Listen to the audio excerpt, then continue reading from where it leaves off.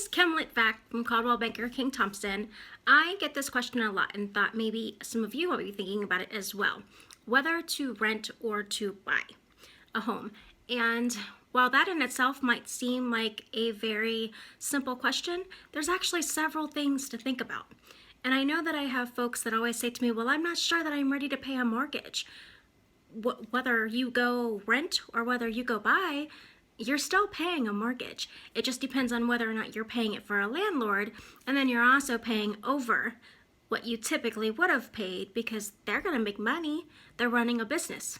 They have to make maintenance on your home as well, or your apartment in that case, and they're going to go a little bit above and beyond, so that way they're having a little bit of a cushion to be able to fix things for you, and or just different things like that. Landscaping, you're paying for all of that. So you might think that, it might be the way to go because you don't want to have, the headache of owning your own home.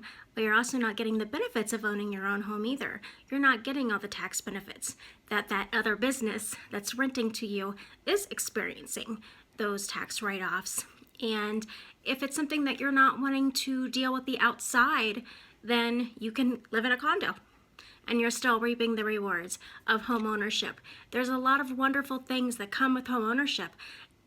There's times that renting does make sense if you're only needing something that's temporary, kind of like renting a car, renting an apartment. If it's something that you're not going to be living there for 5 to 7 years to be able to reap the rewards of your investment, then renting can make sense. Or if you don't know where you're going to be in a set amount of time, renting can make sense.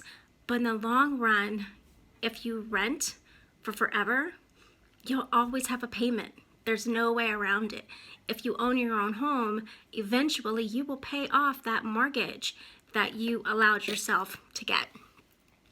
There's a lot more pluses that come with home ownership, not only the pride and knowing that you own something that you've worked for and you're not paying or even risking having your payments be ballooned up because someone's running a business and they want to make more money off of you, and they feel that, well, there's less chance that you're going to move out because you've been there for so long, so they're going to jack up the rates, and you don't know where else to go. So a lot of times people just suck it up and take it because the thing that the rental place is going to say, which I was in the rental world for almost 15 years, so I know that they will say this. They will simply say, well, as time goes on, rental payments go up. Well, of course they do.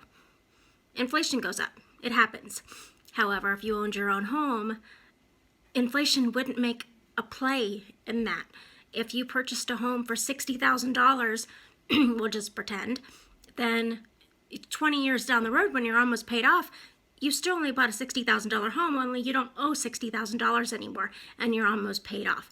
So there's a lot more pluses that come with home ownership, but again, there are times that it makes sense. Just completely think it through before you just run to rental because you don't know what else to do. Right now, interest rates are really still historically low. I know when my parents, when I was a kid, and they purchased their home, I remember their interest rates were something like 15%. We would freak out if we had 15% interest rates at this point in time. At this point, if we have 5%, we're crying for the woods. But your money will go a lot further, and you'll have equity built up in your home, which is just additional security, and you'll have your own investment, which eventually it will be paid off. Just think it through. If you have any questions, post your comments below, and I'll be happy to answer. Have a wonderful day. Thanks.